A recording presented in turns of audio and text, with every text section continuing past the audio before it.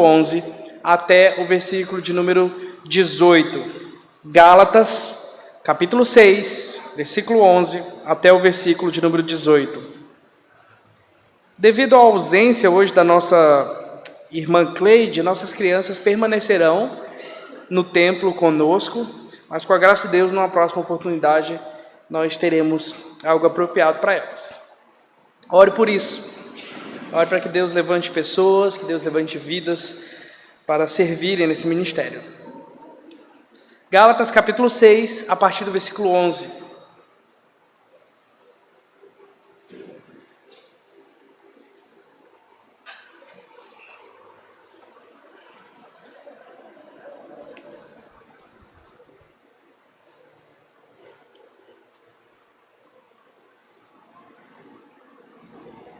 Diz-nos assim a palavra do Senhor: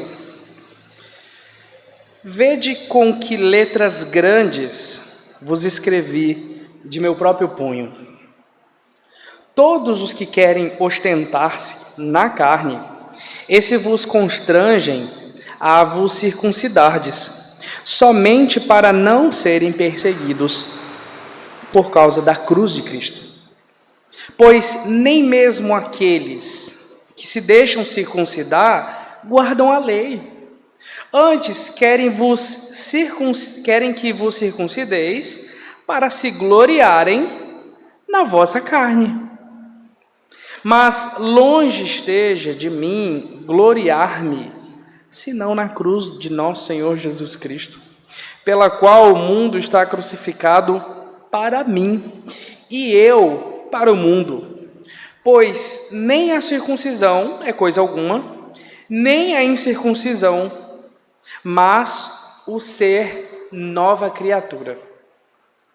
E a todos quantos andarem de conformidade com esta regra, paz e misericórdia sejam sobre eles e sobre o Israel de Deus. Quanto mais, ninguém me moleste, porque eu trago no corpo as marcas de Jesus. A graça de nosso Senhor Jesus Cristo seja, irmãos, com o vosso espírito. Amém. Vamos orar? Fechar nossos olhos? Senhor Deus, muito obrigado porque o Senhor nos trouxe aqui e o Senhor nos conduziu essa noite até os átrios da tua casa, na presença do teu povo, para oferecermos, meu Deus, um culto, um sacrifício agradável, que é o nosso culto racional na tua presença, onde nós adoramos com o coração, mas com a mente também, onde, meu Deus, nós encontramos plenitude de alegria na tua presença, onde nós, meu Deus, experimentamos vida e vida em abundância. Não permita, Senhor, que escape da percepção do nosso coração a beleza, a glória desse momento, as ternas maravilhas desses instantes de culto e adoração, a importância, meu Deus, dessa liturgia para a formação do nosso caráter, do nosso coração, do nosso discipulado, para a nossa percepção, meu Deus, da trindade agindo na nossa vida, desse Deus trino maravilhoso que nos resgatou e que nos convida a viver uma vida de obediência na presença dEle. Que o Senhor nos agracie agora, meu Deus, também com a meditação da Tua Palavra, ajudando-nos, meu Deus, a entender como, meu Deus, de que modo a Tua Palavra, a Tua verdade, a Tua vontade é boa, perfeita e agradável na nossa vida. É em nome de Cristo Jesus que nós oramos. Amém, Pai.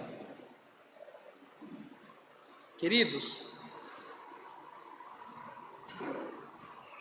dentro das chamadas ciências naturais, das ciências exatas ou das ciências humanas, na comunidade científica de modo geral, é difundido uma tese, uma espécie de ilusão ou um mito que se crê ser verdade absoluta, que é a neutralidade.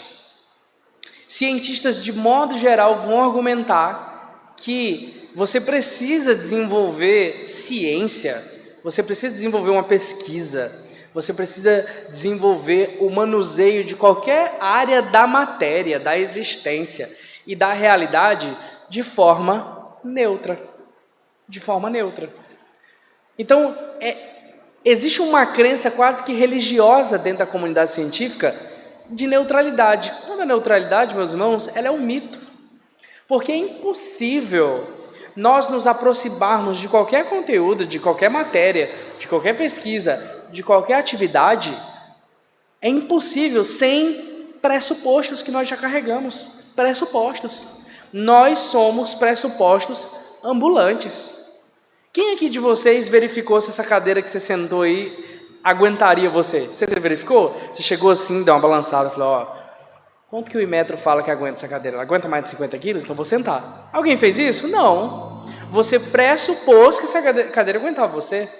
Na porta ali, você entrou, você deu umas pisadinhas assim para ver se o chão do templo aguenta você entrar aqui? Não.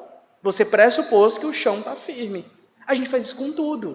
Então a neutralidade, ela é um mito. Só que tudo que se manifesta, meus irmãos, na comunidade científica, ela termina no povo. Termina no nosso meio. No meio do dia a dia. E essa dinâmica de neutralidade, ela tomou proporções religiosas, de modo que a ciência virou o Deus e os cientistas os profetas da neutralidade. E a gente leva isso para a dimensão ou dimensões religiosas também. A gente começa a pensar isso a respeito de Deus. Como se nós, em relação à vida que Deus exige de nós, como se nós pudéssemos ficar em cima do muro.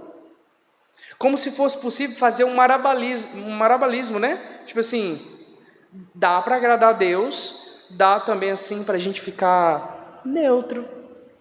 Deus não mexe comigo, eu não mexo com Ele, e está tudo bem. Mas, meus irmãos, isso não é verdade. O Evangelho de Cristo Jesus confronta diretamente, meus irmãos, qualquer ideia de neutralidade. Cristo foi o primeiro a deixar isso claro. Cristo olhou para os seus discípulos, para o povo à sua volta e disse, olha gente, quem comigo não ajunta, espalha. Quem não é comigo é contra mim. Isso é claro. Em outro momento também a palavra de Deus nos instrui dizendo que é impossível servir a dois senhores, porque em algum momento a gente vai desagradar um para agradar o outro, ou a gente vai desagradar o outro para agradar o um. Por exemplo, experimenta pegar 2 serviços no mesmo horário. É possível você fazer 2 serviços no mesmo horário? Está aqui o Clô, né? O Clô me contrata para eu roçar lá a grama dele, e o pastor Wilson também. Na segunda-feira eu falo para o Clô, 2 da tarde eu estou lá. E para o Rev Wilson eu também digo, Rev, 2 da tarde eu vou lá roçar sua grama. É possível estar nos 2 lugares ao mesmo tempo? Não é possível. Um dos 2 vai sair chateado nessa história.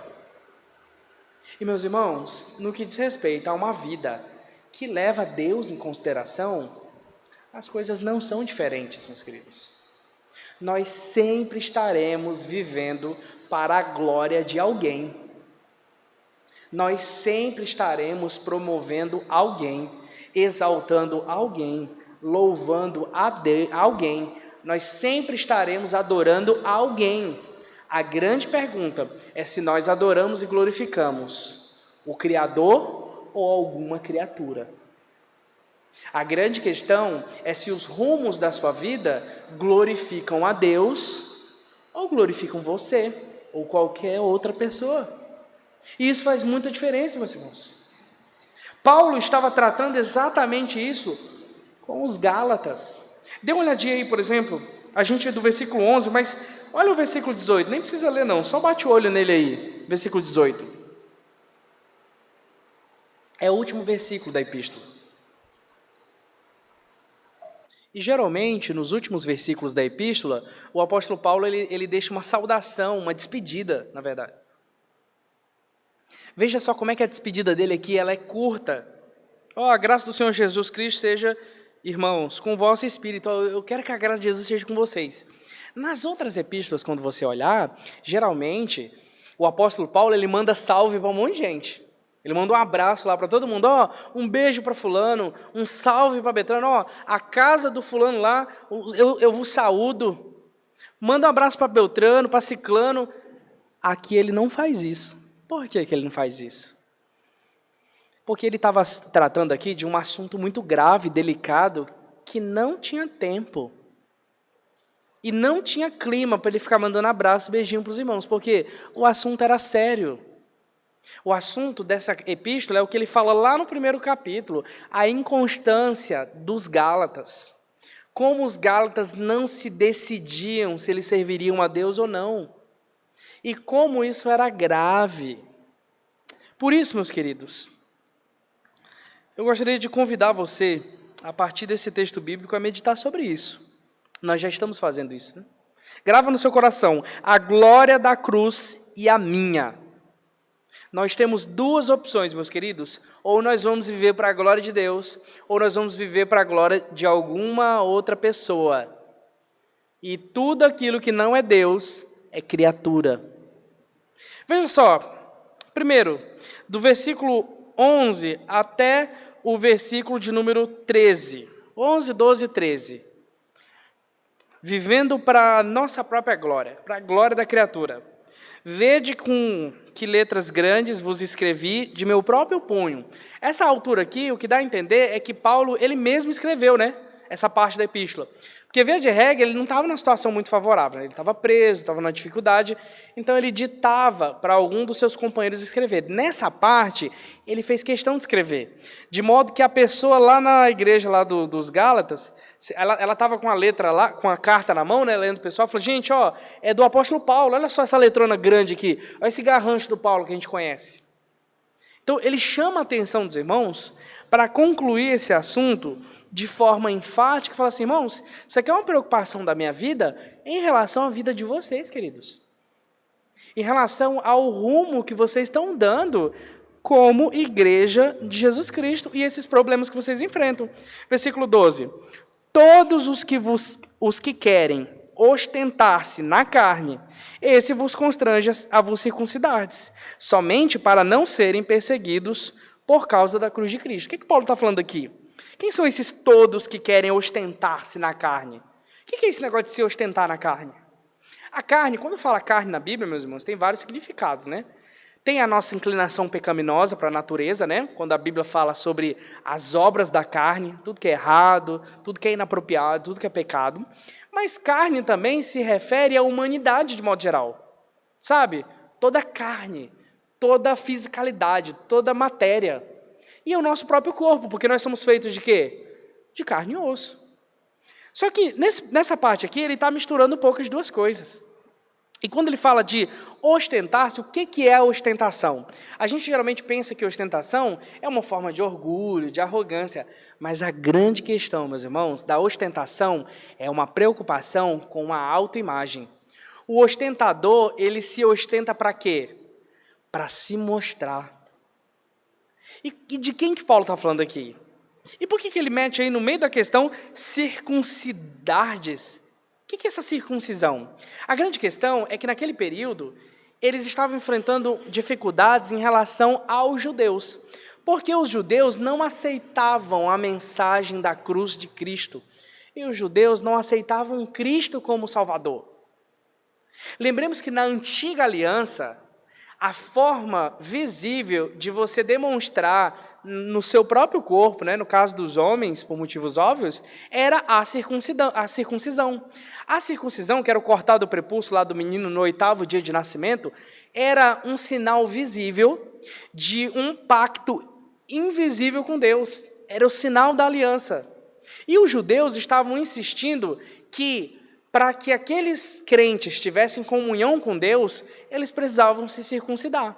E a gente sabe, quando a gente lê a Bíblia, que a circuncisão, ela ficou para trás e ela foi substituída pelo batismo. De modo que eles não precisavam mais se circuncidar, que a circuncisão era uma marca da antiga aliança. Eles não precisavam passar mais por isso. Mas qual que era a ostentação em torno dessa circuncisão? Ele fala que essas pessoas estavam constrangendo aqueles irmãos a circuncidarem, a serem circuncidados, somente para não serem perseguidos por causa da cruz de Cristo. Naquela época, meus irmãos, era mais aceitável, muito mais, incomparavelmente mais aceitável, ser judeu do que ser cristão. Lembremos que a perseguição ao cristianismo e aos cristãos estava como que a ordem do dia. E qual que era a questão? A questão é a seguinte: eles viviam para Cristo, eles serviam ao Cristo, mas eles também se circuncidavam e guardavam algumas leis judaicas. Para quê? Para eles poderem ficar disfarçados. Lá na igreja ele fala, nós somos crentes. Na rua ele fala assim, não, eu sou judeu. Então, a partir do momento que as pessoas tinham medo ou vergonha ou qualquer receio de sofrer alguma coisa por causa da cruz de Cristo, eles estavam negando a cruz de Cristo. E eles viviam, então, uma ostentação autocentrada. Eles estavam vivendo para a glória de quem? Para a glória deles, meus queridos. Para a própria glória, olha só o versículo 13. Pois nem mesmo aqueles que se deixam circuncidar guardam a lei. Porque circuncidar é obedecer à lei. Era um mandamento no antigo Israel se circuncidar. E Paulo fala assim, olha, mas esse povo circuncidado, nem eles obedecem à lei. Nem eles guardam a lei. Antes querem vos circuncidados para se gloriarem na vossa carne. Ou seja, eles querem que vocês se circuncidem para eles fazerem o nome deles em cima de vocês. Porque eles estavam na Galácia, uma região separada, distante, e lá em Jerusalém existia uma turma que patrulhava e fiscalizava quem estava sendo circuncidado ou não, para que se obedecesse. Então, aqueles líderes locais, eles estavam querendo se promover, falando, olha só, o tanto de judeus novos convertidos que nós alcançamos, quando, na verdade, eram cristãos. Pessoas que estavam sendo constrangidas, meus irmãos, a fazerem algo que não tem nada a ver com a vontade de Deus, apenas para promover o próprio líder. Minha pergunta, meus irmãos, isso era um problema apenas daqueles dias? Será, meus irmãos, que não existem igrejas hoje com líderes abusadores, com líderes que oprimem a sua igreja e colocam um fardo de palavra de Deus, de ideias e conceitos e conselhos que não são a palavra de Deus? Tem aos milhares, meus irmãos, igrejas que arrancam dinheiro do povo, pessoas que obedecem cegamente seus pastores e cometem os maiores absurdos em nome de Deus. A lista está imensa, meus queridos, a internet está aí para não deixar a gente mentir, e as igrejas da esquina por aí também. Quem não tem aí um colega, um vizinho que já vendeu alguma coisa, né, para dar o dinheiro para o pastor? Tem um pastor amigo meu, que ele encontrou um amigo na rua, triste, voltando, acho que eu contei isso aqui voltando do trabalho, né? Na verdade era no ônibus em Porto Velho. E o cara estava muito triste, porque aí ele contando que ele largou a mulher, né? E ele falou assim, mas o que aconteceu? Ele falou assim, não, é que lá na igreja lá, o pastor disse que os problemas que a gente estava enfrentando financeiramente, nosso casamento, enfim, era porque a gente não tinha fé suficiente. Então, aí, tinha que vender a geladeira e o fogão para dar para a igreja. E a minha mulher fez isso. Fez isso depois com a moto, isso criou um grande problema entre nós dois. Por último, o pastor falou que o grande problema espiritual onde Satanás estava agindo era a minha vida, aí a mulher me largou. Olha só, meus irmãos, que absurdo. Pessoas fazem absurdos em nome de Deus. É por isso, queridos, que nós precisamos conhecer a verdade. É por isso que nós precisamos ser igual os de Bereia. Quando a gente ouvir uma verdade supostamente religiosa, nós temos que vir para a Bíblia e falar assim, cara, é isso que a Bíblia ensina mesmo? Porque essa é a verdade, meus irmãos. É isso que liberta, é isso que transforma. Não são bons conselhos, não são boas ideias, não são reflexões bonitas, não são filosofias humanas, não são insights psicológicos. Não, meu querido. O que vai transformar nossa vida é a palavra de Deus. A gente obedece a Deus quando a gente ouve a voz dEle, na palavra dEle, e nada mais. Nada mais. Então, a primeira coisa que o apóstolo Paulo trata aqui, meus queridos, é que existe uma maneira de viver que vai promover glória apenas para nós mesmos. Apenas para abusadores. Apenas para pessoas que estarão vivendo tudo menos a glória de Deus. Porque se nós não somos orientados pela verdade, e se nós não somos orientados pela palavra, logo nós não estamos glorificando a Deus, porque a gente não está vivendo a verdade. A gente não está vivendo a vontade revelada do Senhor. Agora, se isso é verdade, meus queridos, em igrejas por aí, em pessoas mal intencionadas e mau caráter, agora, e na nossa vida, meus irmãos? Como é que eu e você lidamos? Como que a gente tem vivido, querido? Onde está a sua grande glória? Para a glória de quem você tem vivido? Qual a coisa mais importante da sua vida? Isso vai se afunilando a partir do versículo 14, olha aí. A partir do verso 14 até o final ele vai falar sobre agora a glória de Deus, que é o que importa. Ou nós vivemos para a glória de Deus, ou nós vivemos para a glória de qualquer outra coisa, de qualquer outra pessoa. Primeiro, glória das criaturas, glória do homem. E agora, a glória de Deus, a partir do versículo 14, olha aí. Mas, longe esteja de mim gloriar-me, senão na cruz de nosso Senhor Jesus Cristo, pelo qual o mundo está crucificado para mim e eu para o mundo. Olha só, Paulo vem desenvolvendo aqui o argumento, e ele fala assim, ó, gente, longe de mim. Que Deus me livre de viver para a glória de qualquer outra pessoa que não seja a glória de Deus. Que não seja me gloriar na cruz de Cristo, na cruz do meu Senhor Jesus Cristo. Meus irmãos, existe a beleza de uma profundidade inimaginável na mensagem da cruz. A cruz, meus irmãos, tem grande importância. Foi lá que o nosso Redentor, o nosso Salvador, foi pendurado. Ela deve ser o motivo da nossa maior alegria. E quais são então as consequências de viver para a glória da cruz? O apóstolo Paulo fala assim, olha, o mundo, ele está crucificado para mim, e eu para ele. Significa, meus irmãos, que para Paulo, e ele tinha vontade de transmitir isso para a vida dos irmãos, a visão que ele tinha recebido de Cristo era esta, que entre Cristo e ele não poderia haver nada mais importante. Nada, meus irmãos, mais glorioso, nada mais empolgante, nada que desse mais sentido para a vida. A cruz, meus irmãos. Será que a cruz do nosso Senhor Jesus Cristo, ela nos empolga, ela nos anima, ela nos aumenta a fé, o amor e a esperança? Será que a cruz é o motivo de nós estarmos aqui nessa noite? Será que a cruz é o motivo de nós fazermos o que nós fazemos como igreja? Será que a cruz é o motivo de nós envolvermos uns com os outros e servir a vidas? Será que a glória de Cristo, meus irmãos, é a nossa preocupação?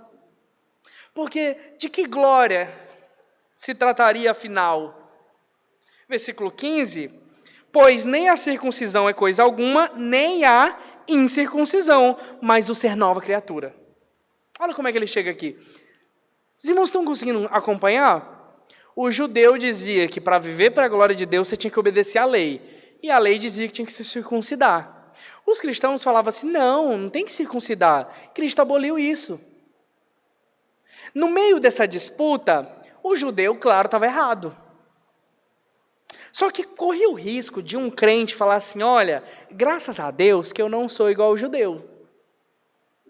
Eu não sou circuncidado. Eu sou melhor do que eles, porque eles estão pregando uma mentira, um engano, um erro. É verdade, era uma mentira, um engano e um erro. Só que aí Paulo já quebra as pernas de todo mundo que pensa assim. Porque ele fala assim, olha, a circuncisão, nem a circuncisão é coisa alguma, nem a incircuncisão. O que eu estou querendo, a coisa mais importante, eu não estou querendo tratar aqui quem é circuncidado, quem não é, o que é mais relevante, o que é mais valioso, não. A coisa mais importante é ser nova criatura, que é exatamente o que significa ser crucificado para o mundo e o mundo ser crucificado para a gente. O apóstolo Paulo fala, meus irmãos, que a coisa mais importante é ser nova criatura. E assim ele escreveu na primeira epístola de Paulo aos Coríntios, né? Versículo 5, 17, capítulo 5, 17. E assim, se alguém está em Cristo, é nova criatura. As coisas antigas já passaram, eis que se fizeram novas. Meus irmãos, o convite de Deus para nós vivermos para a sua glória só é possível quando nós nos tornamos uma nova criatura em Cristo. Quais são os motivos, meus irmãos, que nos levam a nos orgulharmos desta vida?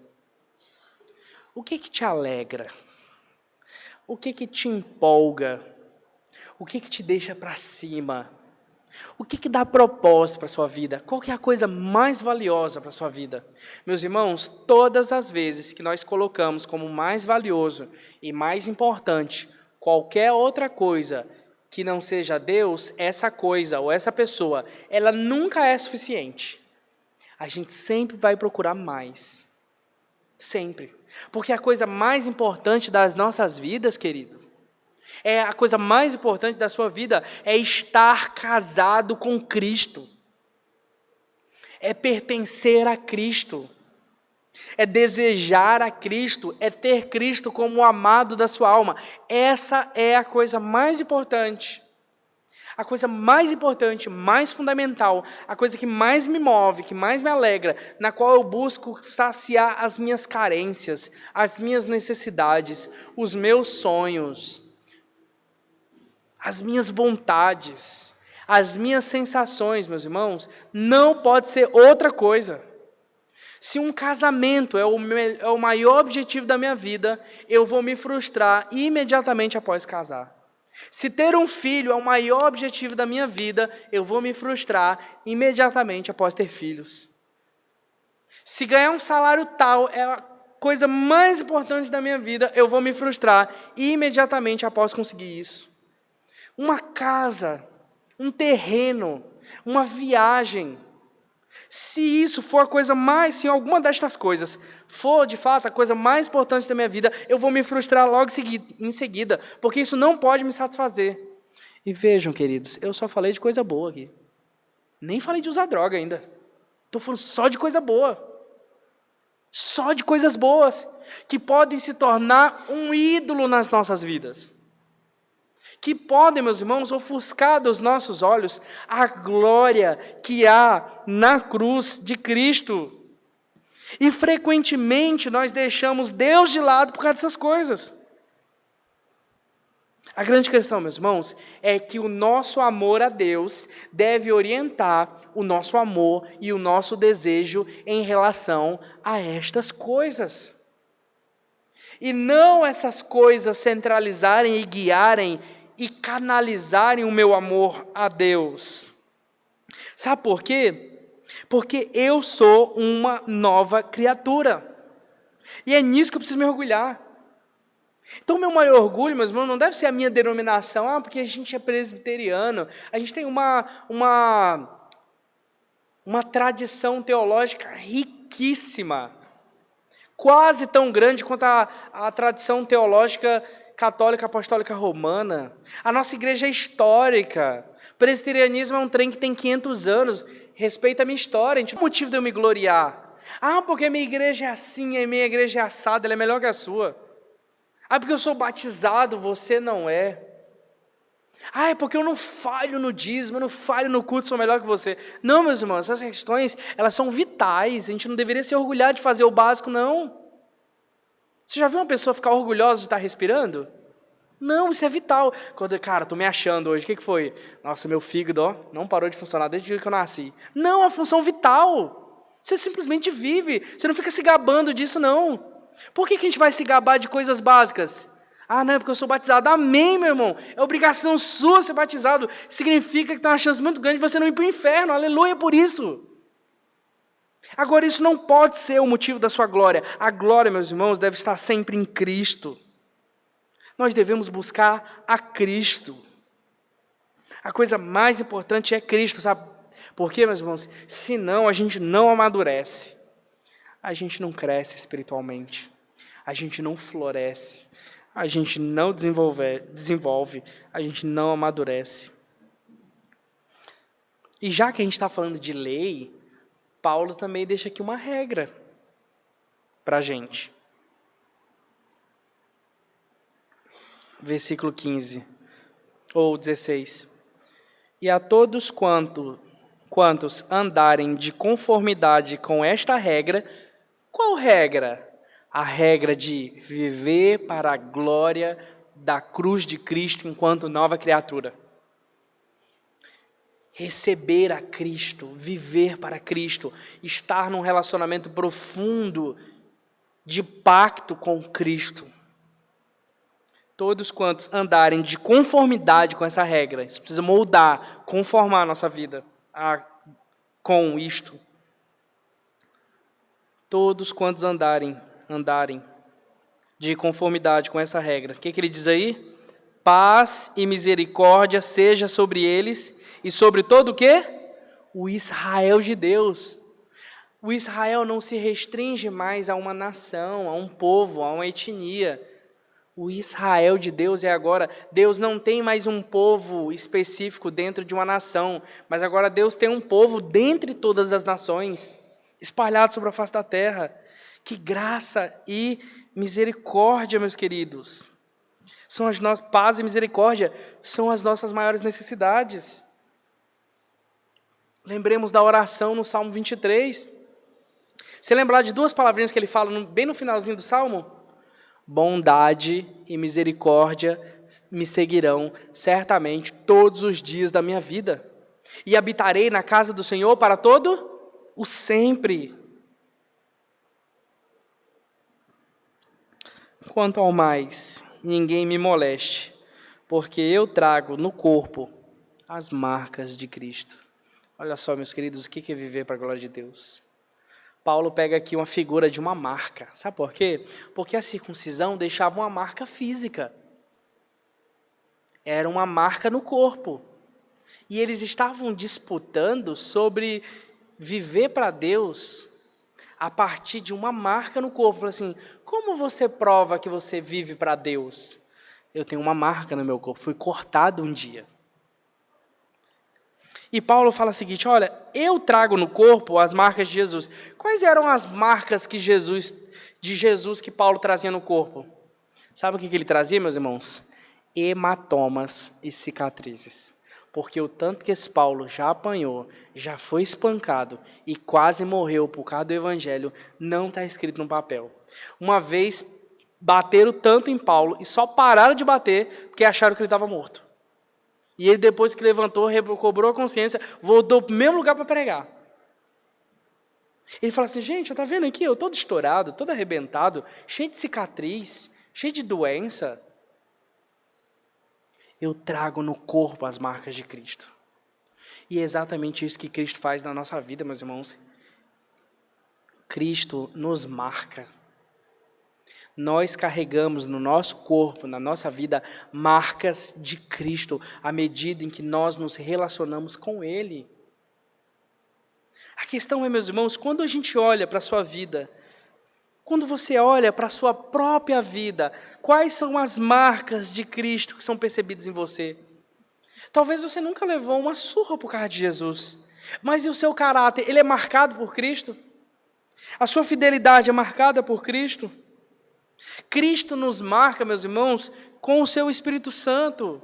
E as marcas de Cristo, claramente percebidas na vida daqueles que têm um relacionamento de intimidade com Jesus, são amor, alegria, paz, longanimidade, benignidade, bondade, fidelidade, mansidão, domínio próprio. Essas são as marcas de Cristo que você, querido, e eu precisamos cultivar. Uma vida vivida para a glória de Deus, como consequência de um novo nascimento, é uma vida que gera marcas na nossa vida, marcas de Cristo. E com isso, meus queridos, a graça de nosso Senhor Jesus Cristo seja com o nosso espírito. Amém e aleluia. A pergunta é, meu querido, o que você vai fazer com isso? O que você vai fazer com esse texto? O que você vai fazer com essa mensagem? Como ela pode ser realidade hoje na sua vida.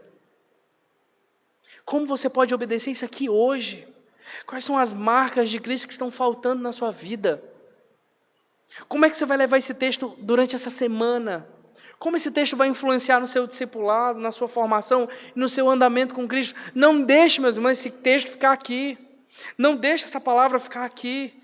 Não permita que o que Deus está falando com você fique ali naquela porta e não consiga acompanhar você o restante da semana. Porque, meus irmãos, a mensagem que nós recebemos de Cristo, que a gente recebeu de graça a gente entrega. E diante de toda a verdade que nos torna um pouco mais indesculpáveis na presença de Deus, nós temos uma opção. Cristo insiste conosco, meus queridos. Quem tem ouvidos para ouvir, ouça o que o Espírito Santo diz à igreja. Amém? Amém? Aleluia. Vamos fechar os nossos olhos? Vamos orar nesse momento? Nádia, vai ser possível? Sim, não? Não, né? Ok. Então vem para cantar o Amém Tríplice. Vamos orar, feche seus olhos. Converse com Deus nesse momento. Coloque a sua vida, a sua família, a sua casa diante da glória de Deus. Feche seus olhos, fale com o Senhor nesse momento.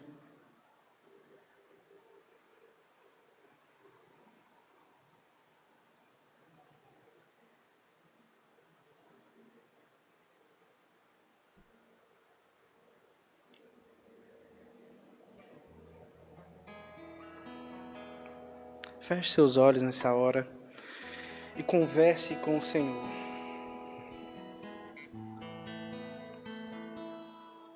Converse com Deus, se admita diante do Senhor o quanto você depende dEle. Ou talvez o quanto você precisa aprender a viver para a glória dEle. Talvez você tenha vivido para a sua glória até esse dia. Talvez essa última semana, esse último mês, ou os últimos dias, a glória de Deus não tenha sido tão importante para você, ou talvez você nunca parou para pensar. E nós podemos refletir agora. Feche seus olhos, baixe sua cabeça, converse com Deus. Vamos orar ao Senhor. Vamos rogar pela bênção dEle. E se você quiser que a gente ore para que a glória de Deus, a glória da cruz de Cristo, se manifeste na sua família, no seu casamento, no seu trabalho, no meio dos seus familiares, ou profundamente dentro do seu coração, quero convidar você a vir aqui à frente, para a gente orar pela sua vida, para a gente impor as mãos sobre a sua vida e rogar as bênçãos do Senhor. Apenas se você sentir isso no coração, não precisa se constranger. Se você não sentir vontade de vir aqui à frente, pode ficar onde você está também, que daqui a gente ora. Mas se essa é uma vontade no seu coração, você pode ter essa liberdade de se colocar aqui à frente. Feche seus olhos, se coloque na presença do Senhor. Busquemos ao Senhor nessa hora, meus irmãos. Falemos das nossas necessidades a Ele. Santo Deus, nós te somos gratos, Senhor, porque o Senhor tem nos promovido vida e vida em abundância, Pai. Mas é verdade, Senhor, que às vezes os nossos pés tropeçam e a gente acaba se desviando do alvo que é viver para a Tua glória, para a fama do nome de Jesus. Tenha misericórdia, Pai, das nossas vidas. Que o Senhor derrame graça sobre a nossa família, sobre a nossa casa, sobre o nosso coração, sobre o nosso espírito. Que o Senhor abençoe, meu Deus, o trabalho de cada querido aqui. Que o Senhor abençoe também as finanças. Que o Senhor dê maturidade. Que o Senhor derrame graça sobre psicológico, emocional. Que o Senhor tenha misericórdia dos conflitos na família, de qualquer que estejam aqui.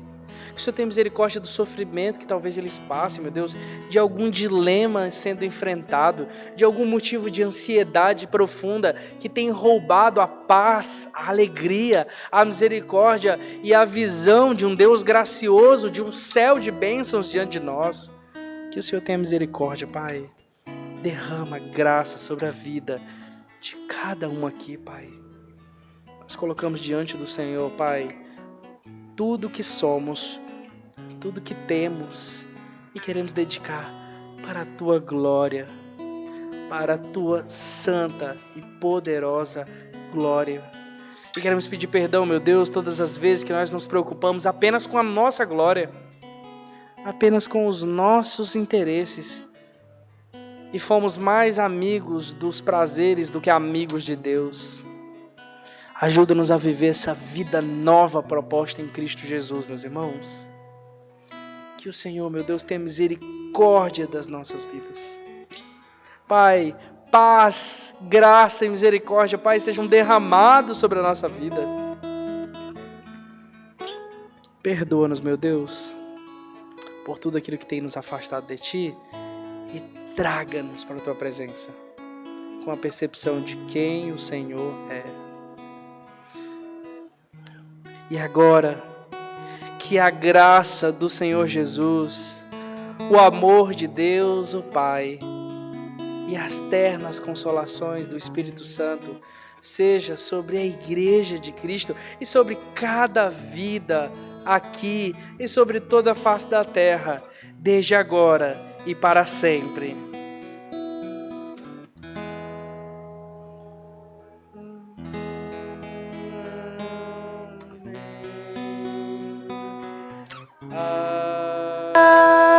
Amém.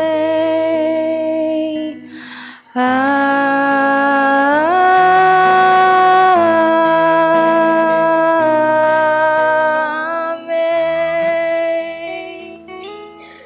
Amém. Deus abençoe, meus queridos. Deus abençoe sua família, sua casa. Nosso culto está encerrado aqui. Nós queremos deixar alguns avisos breves. Quarta-feira, a partir das 19h30, é a nossa reunião de oração. O que a gente tem aqui? Tem um período de meditação bíblica, reflexão e um momento que a gente se junta para orar, para buscar o reino de Deus, para priorizar Deus, meus queridos. Então, venha orar conosco. Sinta-se à vontade para buscar o Senhor em oração e se derramar aqui diante dele, tá bom? No próximo domingo, 9 da manhã, a nossa escola bíblica dominical, tá? Período aqui formativo, onde a gente tem refletido sobre algumas implicações bíblicas e teológicas do nosso breve catecismo. Nós queremos aprender um pouco mais sobre a doutrina reformada da Igreja Presbiteriana do Brasil e como ela se conecta com a Bíblia. Venha domingo, 9 da manhã. Eu queria fazer um pedido especial aos irmãos que são membros da nossa igreja.